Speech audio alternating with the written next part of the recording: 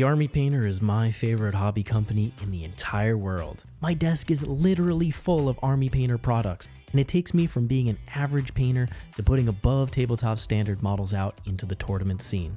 Not only that, but the Army Painter has sponsored more competitive play than any other hobby company in the industry. They allow us to keep doing the things that we do. If you enjoy the Army Painter as much as I do, head over to thearmypainter.com where you can use the discount code ARTOFWAR5 to get a discount on your next order.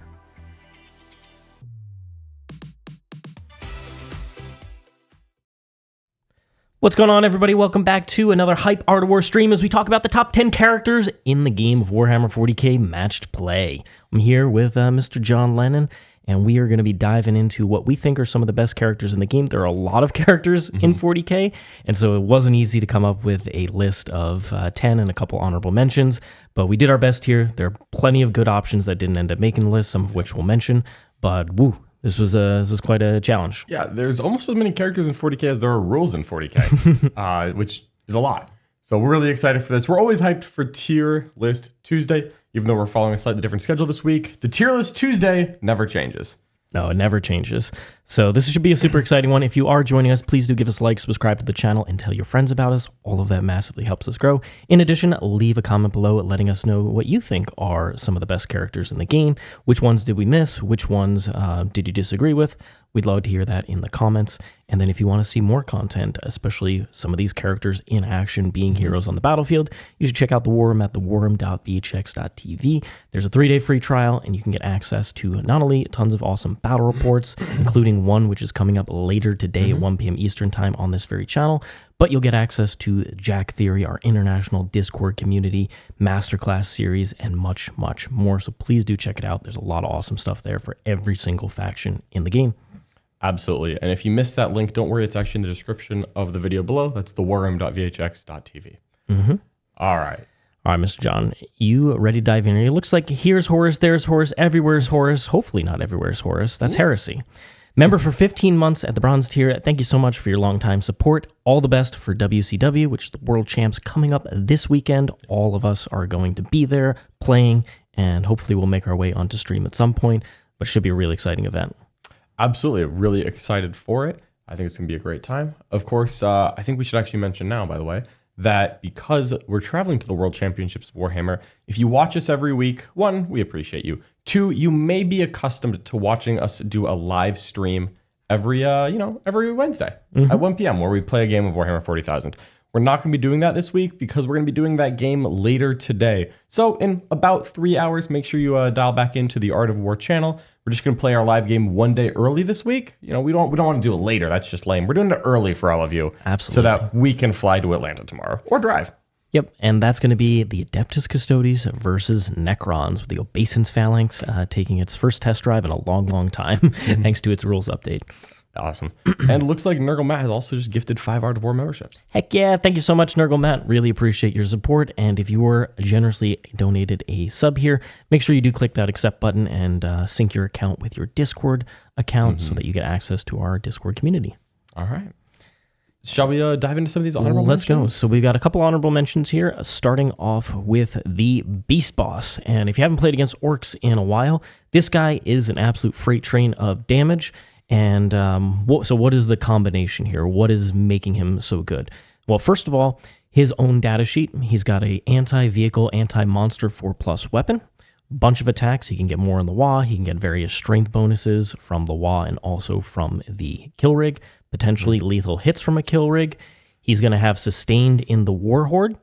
There's a 1 CP crit 5 strat, so now you can be crit 5s. So every 5 or 6 is a sustained. If you get the lethal from the kill rig, then you're sustained lethal. And then on top of that, he gives his unit, if he's leading units, +1 to hit. So he hits on 2s with his main attack. Okay. And then he's +1 to hit. And he's +1 to hit. So if you have minus to hit, which some armies do, doesn't matter. And then if he's joined to a unit of Beast Snag of Boys, he gets full rerolls to hit against monsters and vehicles. And that's really where he wants to go, though. It's a lot of attacks. I've seen this guy pop the heck off and just murder all sorts of expensive vehicles as he just throws tons of dev wounds into you. And he can be quite nasty. So I really like this guy. There's not going to be too many generic characters on this list. And that, I think, ultimately comes down to the fact that name characters are really priced to move. They often have a whole additional rule above normal characters, and they usually have some of the better combinations in the game. So him making it on here, I think there were some other generic characters we looked at, but I really quite was impressed by the beast bosses that I've seen on the table. Yeah, at its face value, getting dev wounds and an anti just on the data sheet makes him an incredible combat character, and hunting the big stuff is where orcs need the most help, so he really fills a good niche for them. Absolutely. Really helps them punch up into things. Okay, so that's Mr. Beast Boss honorable mention here. We have another set of honorable mentions, which is going to be Ragnar and Space Wolf Company. I'll let John take this one. Ragnar is kind of an honorary representative of all Space Wolf characters. If you were to... Today we're ranking the top 10 characters in Warhammer. If you were to do the top 20 characters in Warhammer, there might be 4 or 5 Space Wolf characters on this list.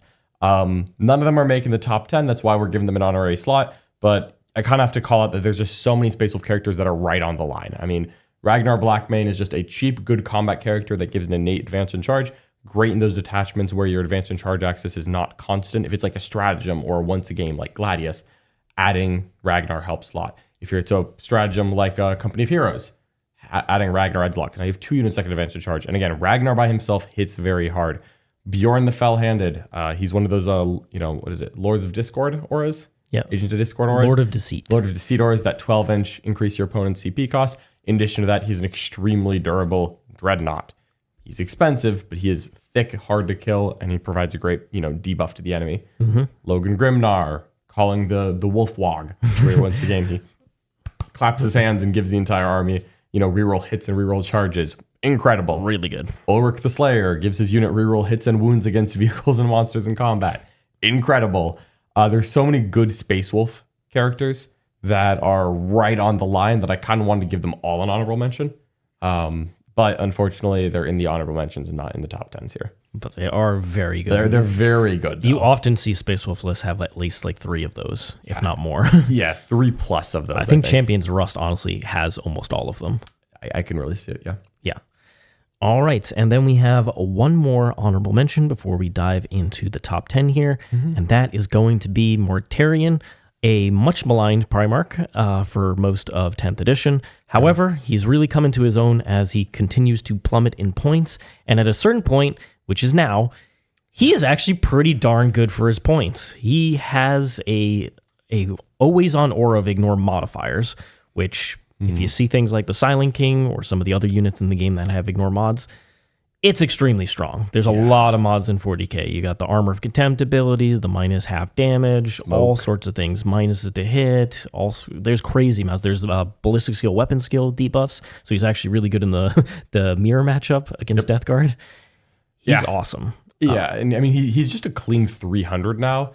And if you took the name Mortarion off the datasheet, you would 100% pay 300 points for, a Nurgle emissary that has the stat line of Mortarion. Yeah, he's like, what, a 2-up save, 4-up invuln, T12, 16, I think? 16? Maybe 16 wounds? I think he's 16. 5-up feel no pain. Yep. He's crazy. He's crazy. And then the auras he gives are truly impressive. He picks from 3. So one's reroll one's to wounds. One is you get cover. And then the last one is extending the aura range of their additional army rule, the contagion range, which means -1 toughness, but more importantly, like a minus ballistic skill, minus weapon skill, minus save. That is extended. And it really does matter a lot for a slow army like Death Guard. Yeah, absolutely. So I think he's fantastic, and this is the point where, okay, he gets to be named with the other Primarchs that usually enter this list. Yes, indeed. All right. So before we dive into the top 10 here, we're going to send you off for a short little commercial from our sponsor, Snot Goblin Gaming. If you're anything like me, you want your terrain to conform to the latest tournament standards. Who wants to buy terrain only to have it become useless a few months later? The new modular future-proof ruins from Snot Goblin Gaming can be assembled in practically any combination you or your tournament circuit of choice can imagine. The new future-proof ruins also come fully painted. Best of all, these new ruins are incredibly affordable, meaning you'll have plenty of extra money for models to play with at home. More info in the link in the description. All right, so Let's dive into the top 10 here, starting with one of John's absolute favorite models in the game, which is the Hive Tyrant. And this is the walking one, but you could make a case for the flying one. Yeah, this spot is the Hive Tyrant spot. We do not discriminate between Hive Tyrants. The walking and the winged Hive Tyrants are, in my opinion, about equal. And so they're kind of just twinning on the number 10 spot here. So what the Hive Tyrants add, both of them give that amazing free stratagem ability. And they do it better than any captain equivalent. They do it as well as Guilliman, quite frankly, because each Hive Tyrant has the ability to give a free stratagem to a Tyranid unit within 12 inches every player turn. They really did a good job this edition of making the Hive Tyrant feel like the monster that's a general, not the monster that is best at killing you. Because it used to be that you would take the Hive Tyrant just because he could take the enhancement to go murder you, whereas a card effect couldn't take an enhancement, that was it. But now the Hive Tyrant really has a role as the linchpin, focal point of the Swarm list. Getting essentially 10 free stratagems a game is monstrously powerful. It is incredible. Tyranids have several detachments with very good stratagems, where these extra CP you're getting are not wasted. And they're not even extra CP because you can still discard tactical cards to get more CP. It's just free stratagems. In addition to that, each Hive Tyrant, they're a little bit expensive for like their actual profile. For a 10 wound monster, you are rarely paying more than 200 points, but both of the Hive Tyrants cost more than 200 points. But they each give another buff in addition to that, which very much depends on what you want to be doing. The walking Hive Tyrant is a little bit tougher. They're about equal in combat. And the walking Hive Tyrant gives that aura of advance and shoot and lethal hits and shooting. Very potent, very powerful, good in all detachments. But that advance and shoot is massive because without it, a lot of Tyranid guns, there's not a lot of advance and shoot access in Tyranids besides this. A lot of Tyranid guns are very easy to pre-measure. And so giving that advance and shoot access is massive. On the flip side of it, the winged Hive Tyrant, a little bit more fragile, but still not like fragile. But he's much faster, he flies, and he gives a good combat debuff to the opponent. On a 2+, you make an opponent's unit -1 to their attack's characteristic, which is really good into, I mean, if you look at something like Assault Terminators or Meganobs, like good combat units, but like a Meganob is 2 attacks, 3 in the WOG. If you just take them back down to 2 attacks and then you find one of the plentiful combat hit modifiers that Tyranids have hidden around, you can really take a good combat unit and turn it into something pathetic. Like there's very funny things that I hear about, like we're like, oh yeah, well, my opponent had 6 Meganobs and and a War Boss in front of me, and I didn't really have a way to kill it, so I just put the Hive Tyrant nearby and charged 10 Gene Stealers in, and it took them 3 rounds to get out of that combat. I'm like sure, okay. Like, yeah, well, I made a -1 to hit, I made a -1 attack, then I battle shocked them, and sure. I guess they just don't do anything in combat against a Gene Stealer, but it actually works. The math bears out. And so in either case, having one of the Hive Tyrants as kind of the general of the Tyranid list, they can take enhancements. Tyranids have good enhancements in several of their detachments, great stratagem access, and that free strat ability is just massive. And I think that's why the Hive Tyrant in both forms is probably the best Tyranid character we've got. I would not disagree with that. Ultimately, and I think you're going to see this a decent amount in our top 10 here, is that interacting with stratagems, whether making them cost more for the opponent, whether reducing their cost, is absurdly powerful. And once you have something like his ability is per turn, not per battle round, that is literally crazy. Yes. It is crazy how many more strats you get to use versus it is some armies. Much better than a captain equivalent. Tyranids obviously have other weaknesses, but like this ability is one of the best things in the game that you could carries some of these detachments on its back. Really does. So super good. Okay, moving on to number 9, the Silent King. So the Silent King is 420 points. He is a model that is 2-up save, 4-up invuln. He himself, Zarek, is 16 wounds, and then each Menhir is 5. So he's a total of 26 wounds at T10. Quite durable to kill. You can stack other defensive buffs potentially on him, like -1 damage and Obeisance Phalanx. So he can be very durable to kill. In addition, he can heal back. So if you kill a Menhir, okay, he can reanimate that Menhir back, and it can be very annoying to try and put chip damage into him. You really have to kind of get rid of most of him in a turn. On top of that, he has an always-on aura of +1 leadership, which is not the biggest of deals, but it can help against certain Battle Shock armies. But his pick 1 of 3 aura abilities is extremely strong. He has a reroll 1s to hit 1s to wound aura, very efficient. And then he has an ignore mods aura. He has a combat buff that is irrelevant and never chosen, but you choose whether you want to ignore mods, you want reroll 1s to hit, 1s to wound. If your opponent has multiple, debuff mods on them, you typically ignore mods. If they only have one, you probably go for the reroll 1s to hit, 1s to wound. Yeah. I mean, he's incredible, right? He's incredible. He's got shooting. He's got 2 Meniers, strength 14, AP 4, flat 6 damage. He's got 2 flat 3 damage dev wound shots, and then he has 12 indirect fire shots, which are a bit worse in Pariah Nexus than previous metas, but still, he is quite efficient overall. He's just a supreme buff piece. He's really good in the late game. He's decent in combat. He's just kind of an all-around package of I am a true buffing piece for an army, and that's great. It feels epic playing him. And he definitely provides enough shooting that you don't feel bad paying his price tag. Like, he doesn't shoot as hard as a Monolith, but, he shoots. It's not like he's just a buff piece. His combat is not the best in the game, but it's pretty good. Yeah, He's not just a buff piece. He's very tough. I also swear there is nothing in the game as durable as the second Menhir of this Silent King. The first one is fine. I will kill the first Menhir with a very normal, no complaints amount of shooting. The second Menhir, and once you get to the Silent King, it's fine. But the second Menhir doesn't fail any saves, I swear. It's like, all right, first I need to shoot one Menhir down, then I need to do 5 mortal wounds, then I need to keep shooting it. That's the only way through this guy. God forbid they have a spider nearby for 5 up against devs. No. So he's kind of just an all-around great piece. He is a little pricey, which is why he was ranked a little bit lower. And he doesn't do any phase S tier, but he just has more things going on than a lot of data sheets in the game. Yeah, I'd agree with that. All right. Next up at number 8, Azrael. Azrael. Chapter Master of the You knew Dark I was going to put Angels. Azrael somewhere on this list. He's got to be somewhere. So Azrael, Chapter Master of the Dark Angels. What a guy. Azrael is just one of those great, just phenomenal support characters. I mean, there's no way around it. Azrael, the litany of things that he does sounds like I have 3 characters in the unit, right?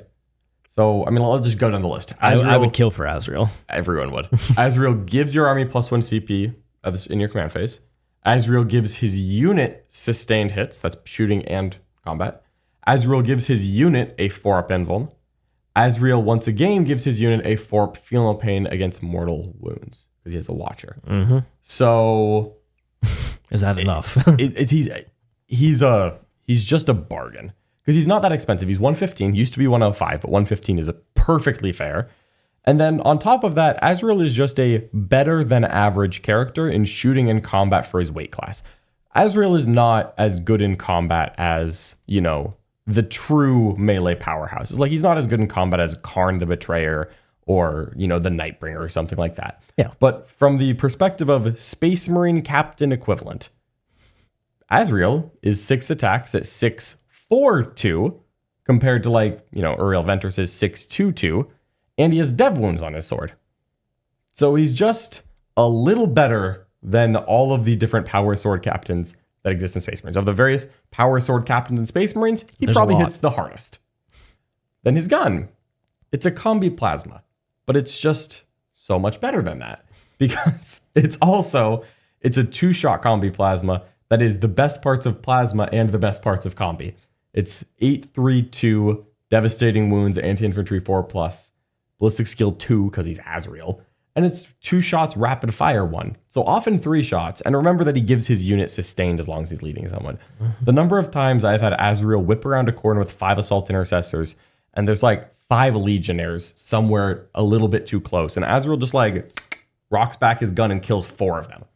Because he's sustained and his gun is 832 anti-infantry dev wounds. So you really scoops up the power armor quickly. Yeah, and if you got Oath on that target, you're just rerolling just kill them all.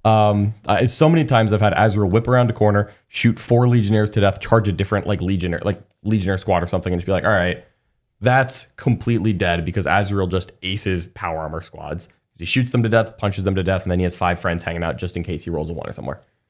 I love Azrael. He's just one of the most points efficient bundle characters you can get. Absolutely. And spoiler alert, you're not going to see Leontis, Lord Solar, from Guard on this list. Mm-hmm. However, if you just recognize all the additional things that our friend here, Azrael, does, not only for his unit, but for his army, you'll see why he is probably the second best. You just get a CP guaranteed type of units. Lord Solar is very good, but he's more expensive. He doesn't hit quite as hard. And at the end of the day, Azrael's unit will actually do a lot of damage to you. Yep.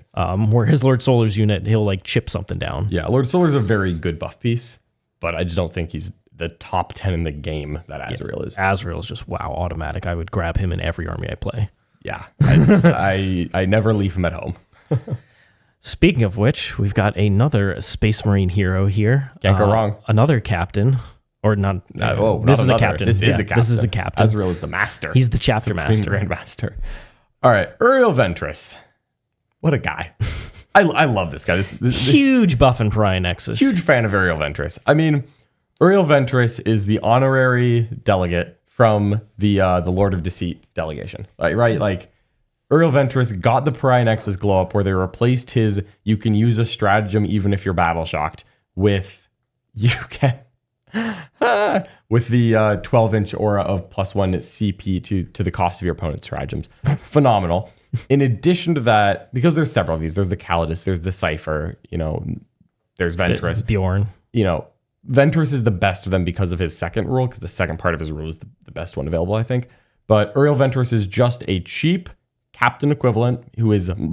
He's not as good as like an actual captain with a power fist because he has a power sword. 75 points. 75 points. What is going on? Yeah, he's just free. He's just like, while I'm here, I might as well take Ventress, right? The second half of Ventress's ability, because like obviously the Lord of Deceit ability is fantastic. Yeah. We could talk about that for the next hour. But the second half of Uriel Ventress is that he gives one infantry unit in Deep Strike, which it has to be said is not his unit Deep Strike, just a unit Deep Strike. And then... It's such a massive, because there's so many different infantry units available in Space Marines, it is such a massive boost to the overall like viability of Space Marines. You get so many more units that once they gain Deep Strike, they become different units. You can put it on a combat unit that doesn't normally have Deep Strike so that it can rapid ingress much more effectively. You can put it on Centurions so that they can deep strike and get perfect firing angles. And then in the Ultramarine Vanguard, they just are clicking that button 5 times a game. I mean, Uriel Ventress literally by himself, before he got the Lord of Deceit aura, spawned an archetype by himself. If Uriel Ventress did not exist, I just would never have played Ultramarine Gladius. It wasn't Calgar, it was Vanguard, Ventress. you mean? Sorry, yeah, Ultramarine Vanguard. Yeah, thank you. Like he created an archetype. It worked only because of Ventress. Insane. And then you add Vect onto that, and he is still cheaper than 5 Intercessors. He's cheaper than a lot of Honestly, Space Marine characters, too. Yeah, he's cheaper than a captain. He's a named captain who's cheaper than an unnamed captain. What is going on? I guess I'll take him. Ventress, all day, every day of the week. Uriel Ventress is... Honestly, I feel like we should have put him number 1. What am I doing here? I don't know, man. There's another Ultramarine who's absolutely amazing. I know, but Uriel Ventress is phenomenal. The Lord of Deceit aura on a character that doesn't mind getting close is so huge. And I think Uriel Ventress is the best of those because he doesn't mind getting close. You have Cypher and the Calidus who are lone operatives, tricky to handle. They can get there. Once they're there, they kind of die. Uriel Ventress, you can tuck him in a squad, and it will actually take some time to get through him. Him with Company Heroes is a really cheap unit that is just extremely annoying to deal with. Nobody wants to deal with it, especially when you have other targets in front of you. He fits so well into that army. Yep. Yeah, I love Uriel Ventress so much. All right, next up. So that was number 7. We've got number 6. It is the big angry man himself. It is Angry Ron. Angronius. Angronius Maximus over here. I mean, when you're at the top 6, everyone is going to be so crazy that you could look at them and think, are they the number 1? Everyone at this point is. Pretty much. Angron is just one of those faction-defining pieces. And one of the categories that we were thinking of when we were, ranking these characters is what would their faction look like without them? And Angron elevates World Eaters to a level that few other characters elevate their army. He just does something so crucial for the army, yet at the same time he offers a piece that is unlike anything else that they have access to. So not only is he a super tough, durable Primarch, but he has the fly keyword. And John, let me tell you how important the fly keyword is for an army that is mostly infantry units without fly. It's massive. Everything. His threat range, the ability to advance and charge, flat 6 advance, get almost anywhere that you need to get once you're staged up in the middle of the table, defines how you have to play against World Eaters. Otherwise, World Eaters would just struggle to deal with things that are far away from them, and their opponent would be able to screen, and leave their guns out in the open and not screen them and not worry about it. But Angron opens up a huge problem, which is I have to screen my tanks, but I also have to screen these World Eaters. And so if you're a very elite army, you just have to accept Angron is going to hit something. Yep. And you have to make sure he doesn't hit 2 things at the same time and kill both of them. Because he will. Yeah, there's scary math where Angron is not at bad odds to split his attacks and slice 2 big knights in half. Now that's like the perfect target, but Exactly. the possibility is there, right? If at any point an armiger is within 6 inches of a different armiger, they might just both die. Mm-hmm.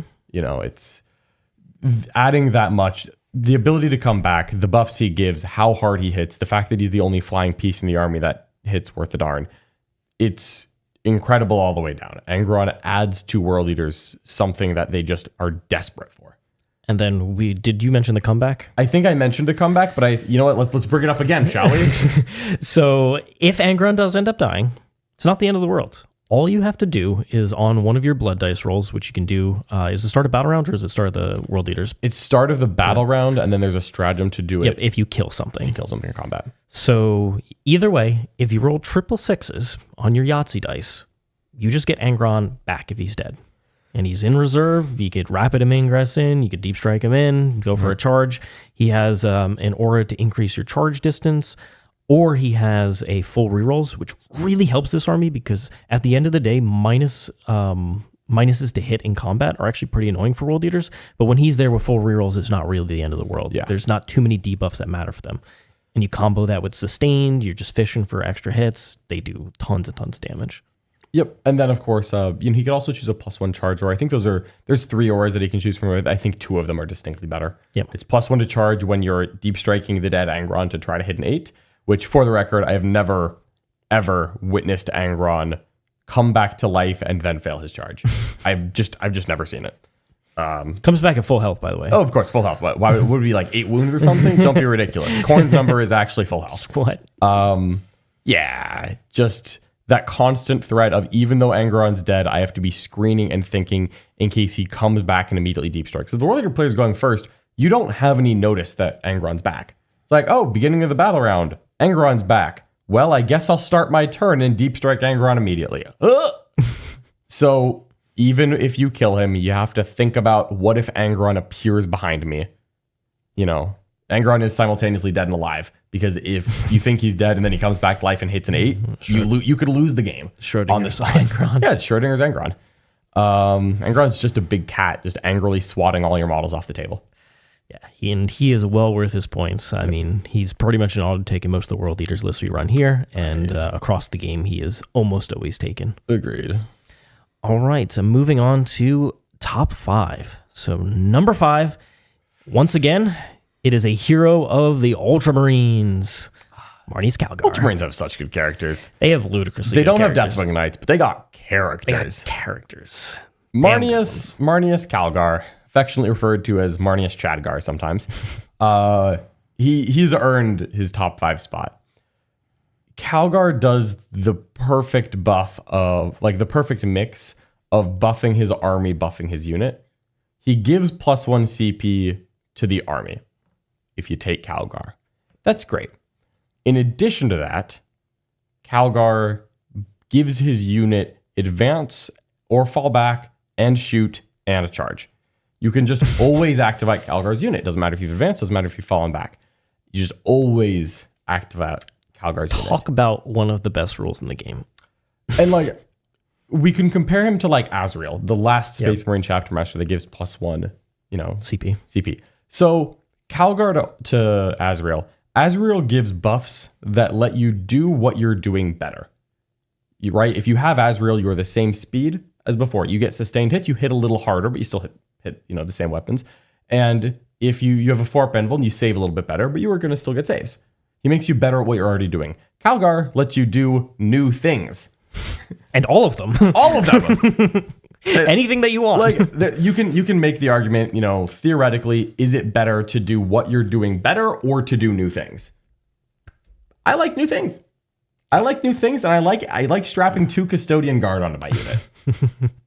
The Victrix Guard. Victrix Guard. I mean, yeah. So Calgar himself is very good in combat. He is better than almost any Space Marine like equivalent character you're going to find. He is 6 attacks, strength 8, damage 3, twin linked.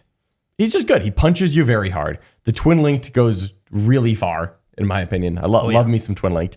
His gun, maybe not as good as Azrael's gun, but it's still 4 shots, damage 2, twin linked. It's just 4 like AP1 damage 2 bolter shots, just beep beep beep. It's solid. Yeah, it's solid. Yeah, I have absolutely taken 2 wounds off of Magnus with that thing before. And then there's the Victrix Guard, because he brings with him 2 Space Marines that are 2 up save, 4 up invuln, 3 wounds, that are each carrying a 5 attack, weapon skill 2, strength 5, AP 2, damage 2 power sword.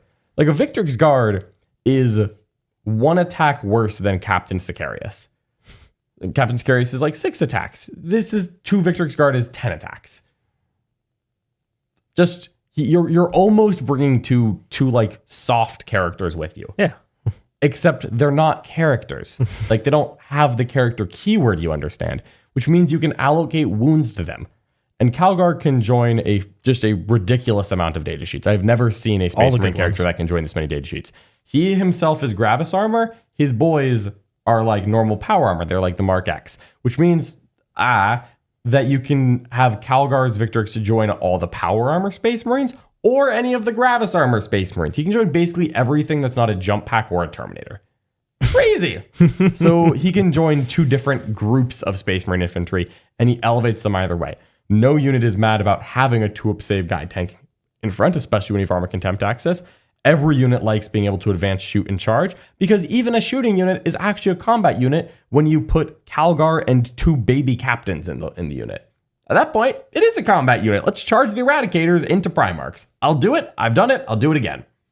And do we mention that if you kill one of the Victrix Guard and then try and precision, or if you just try and precision out I don't think we even have Calgar, he gets a 4 of Feel No Pain, right? Yeah. So if there's a Victrix Guard alive, Calgar has a 4 up Feel No Pain, which means that the perfect scenario is that for the Space Marine player, I should add here, is that 1 Victrix Guard dies tanking for the unit, keeps the Eradicators around a little bit longer. And when my opponent eventually gets through all the Eradicators, or whatever they've joined, then I just have Calgar and 1 Victrix Guard.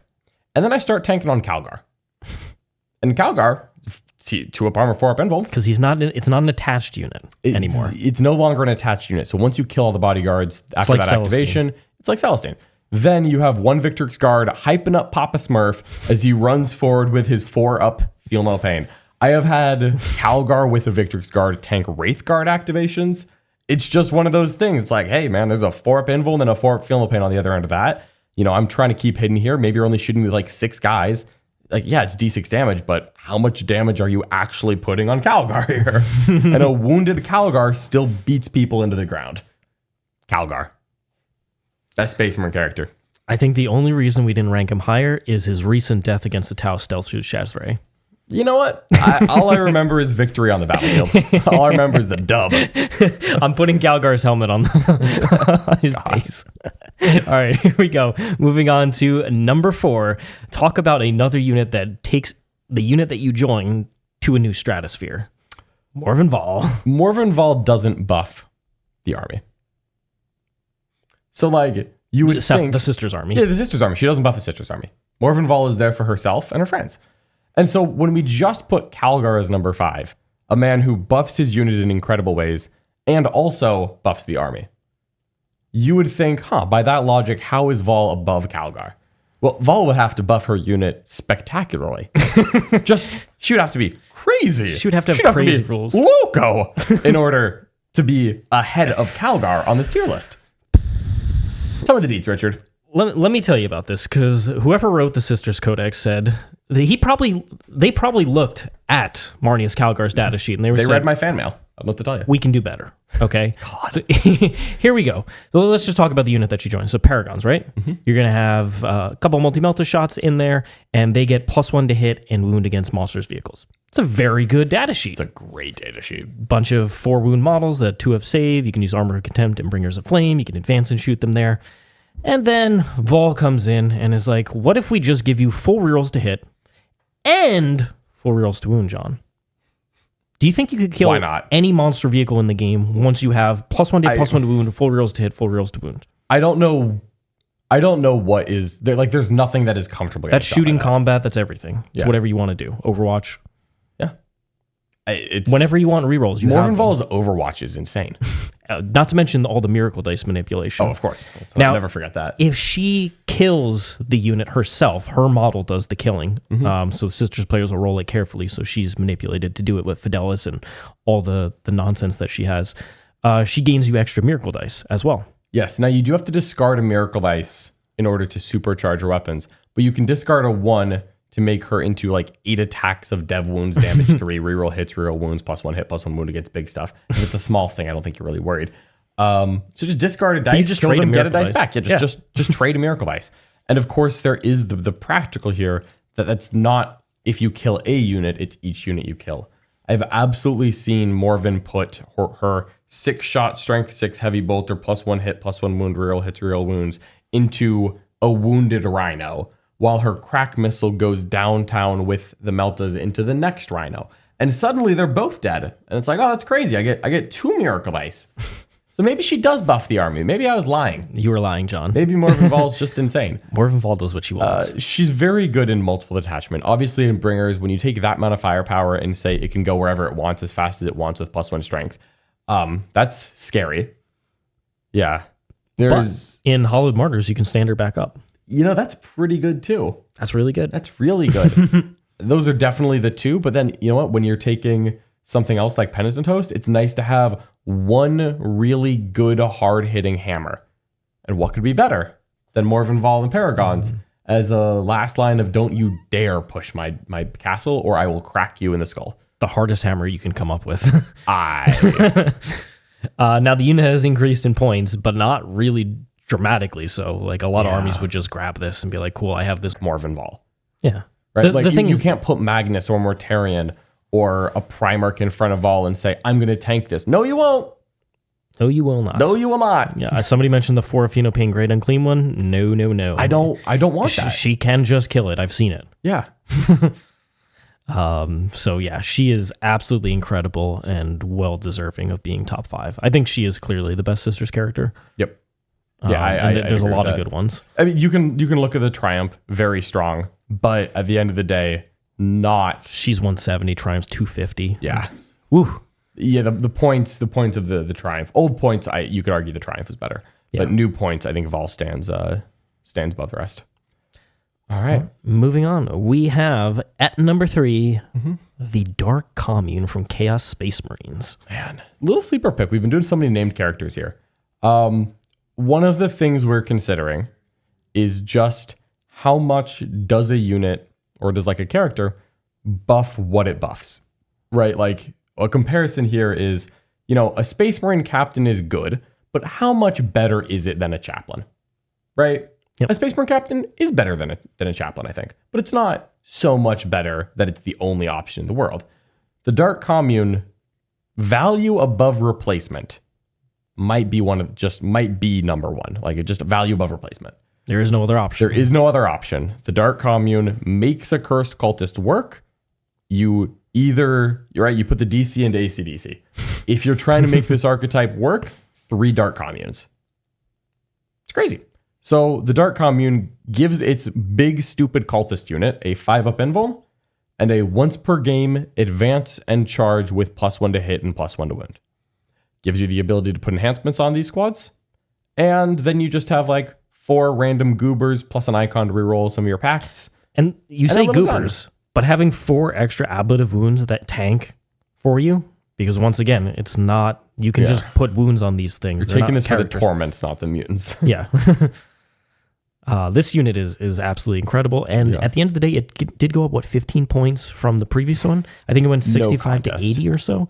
Yeah. But at the end of the day, it is still Value Town and a Cursed Cultist. Yes, they can't infinitely Blood Surge into you, but still 1 Blood Surge when it's on top of you, extremely annoying to deal with. And on top of that, the units are just very durable and hard to kill for a lot of elite vehicle monster lists right now. Having a unit of 5 up invulns, feel no pain, and a bunch of wounds is not the easiest thing to chew through very quickly when it's move blocking your deployment zone. Yeah, I mean, the Dark Commune, since it can only join one unit, essentially, I'm sure it can also join cultists, but pass. We're going to put in the accursed cultists. It's almost like we're ranking the whole package, but just because the Dark Commune enables a build and enables a unit to such an extent that you see them in multiples, that earns it a very, very high spot for me. And it's not just Chaos Cult that you see it in. You still see it in Renegade Raiders, and you've seen it in Pack-Bound Zealots as well. Yeah, it's not restricted to one type of Chaos-based Marine list. Absolutely. No, I know that accursed cultists are sometimes, honestly, I feel like there's a cycle. People talk about how accursed cultists aren't good enough. They win a super major. They go up 20 points. People talk about how accursed cultists aren't good enough. They win a super major. They go up 20 points. And here we are, people saying, I sometimes see people say that they're not good enough. And I still think, I think you could still take them. I think this was one of the better nerfs they did to a good unit, though, where they increased the points on the 2 units themselves, but not dramatically so. And they reduced the power of their most egregious rule, which was the infinite blood surges. Yeah. I think that's the right way to deal with these type of units. We've seen a lot of, here we go, here's just the patent triple nerf. Or on the other hand, here's just a pure buff like Uriel Ventress, no points increased. It's like, okay, well, this was actually pretty well done. It's still competitive, it's still good, and WCW has a couple lists with them. Several lists. Yeah, I mean, wouldn't it be the funniest thing ever if they won WCW again?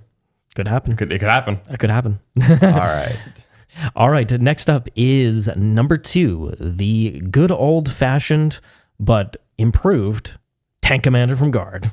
Yeah, we got to talk about this bad boy.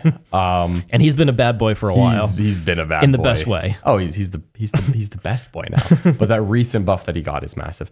So a Tank Commander, it's like a Russ, except it's eligible to be ranked on the top 10 character sheet because it's a character. And because it's a Guard character, it's an officer that gives out orders. The Tank Commander is the only character in Guard that can give orders to squadron units. Now, Leontis can give it to anyone, so that will include squadron units, but somehow they made like an entire half of orders available to one guy, and then they made him slam. And they're surprised when I take one in my lists. The Tank Commander is really just like, it's the improved Russ with a new dimension to it. The ability to give orders essentially means that he's a self-contained +1 ballistic skill, because he can just choose to be +1 ballistic skill at any point he wants because he's always in range of himself, especially because he recently received the squadron keyword. He got a points increase with the squadron keyword, which I think was justified. He could not have stayed the same points with the squadron keyword. I would have taken 3 at that point. But because all war gear is created equal, he gets the best war gear. Because as a tank commander, he doesn't have an assigned turret, so he chooses the best one. Then he just gets to pick an order. Or he can order his friends, and he can take enhancements. And then he gives himself a nice, fun little ability where you have to have a death befitting an officer, where if he dies on a 2+, he fires without being degraded. And that's kind of crazy, right? I think that's a little silly. It's another one of those things where if you compare him to all the Leman Russ chassis, in addition to the fact that his efficiency is self-contained, he adds a new dimension that none of them have. That 2+ shoot on back is a unique value among... Shoot anything, by the way. Not back at the same time. You can shoot anything. That's fair. I usually shoot the thing that kills me out of spite because it was something that could kill a Russ. However, that is not always the case. I've definitely been killed by an Exorcist and said, all right, which of these Exorcists haven't shot yet? That one's dead. Big success. It's awesome. Yeah, the Tank Commander is really good value. Now, you almost always take the Demolisher Cannon on him. And it's a little bit short-ranged. It's a little bit inconsistent. But when it swings up, it swings up. Right? Brutal, devastating damage. It's one of those things. Like, the last time I played Nick, mild spoilers, I shot a Tank Commander at an Exorcist in cover. And the Exorcist took 0 damage. And Nick, I think, got slightly too big for his britches. Because he then shot the Tank Commander. And I shot on death, and the Demolisher Cannon alone did 16 damage to the Exorcist I hadn't shot yet. And I still had like all the multi-multis and las cannons to fire. I was like, oh man, I should have split fire. But it's okay. I'm all right with just icing the Exorcist on the shoot back.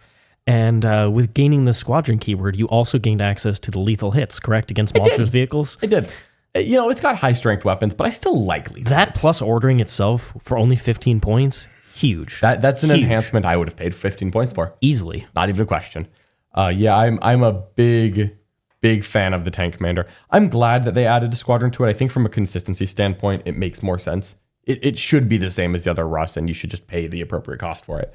But the ability to shoot on death and have self-contained order efficiency means that this is a unit that you can build around as a battle tank by essentially taking 3 of them. I've seen lists with 3 no Leontis or 3 with Leontis.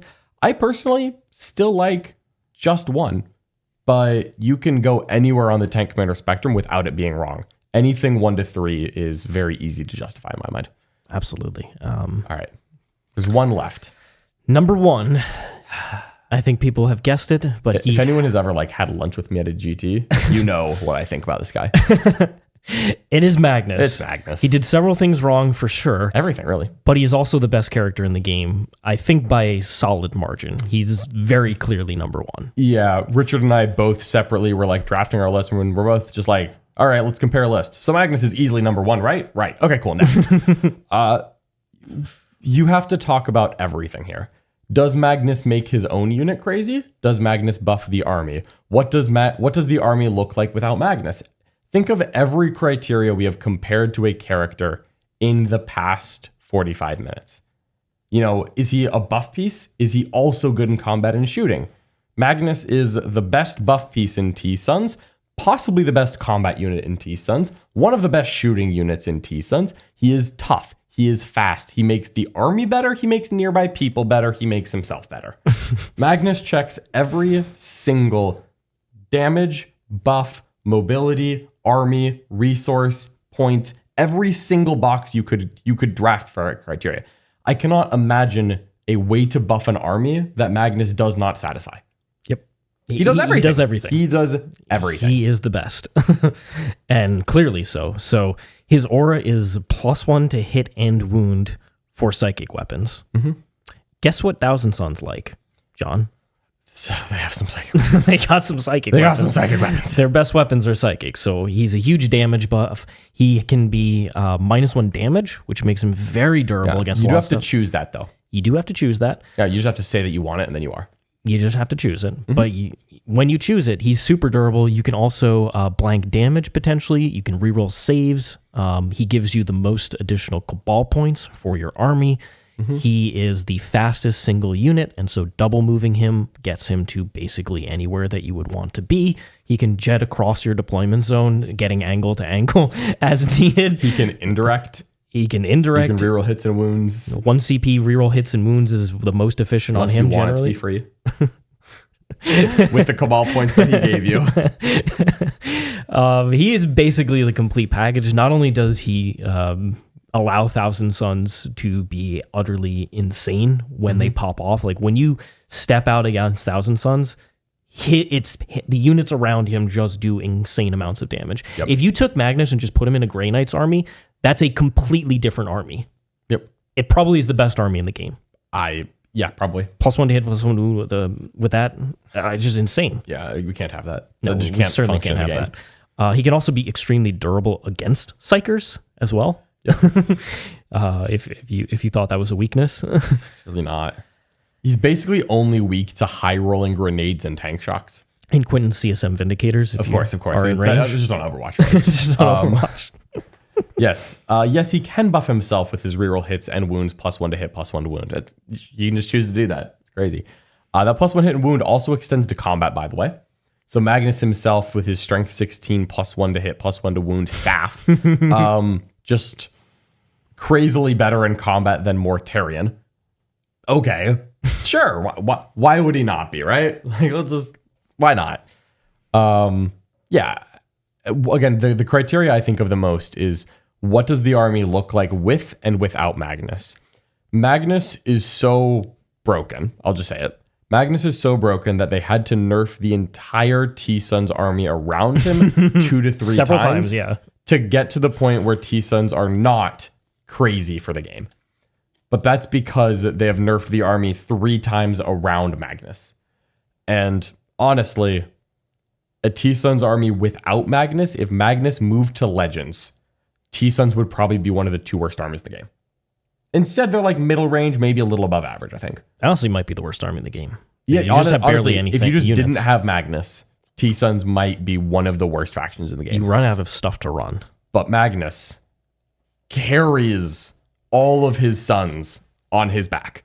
And that's what happens when you write a data sheet this ludicrous.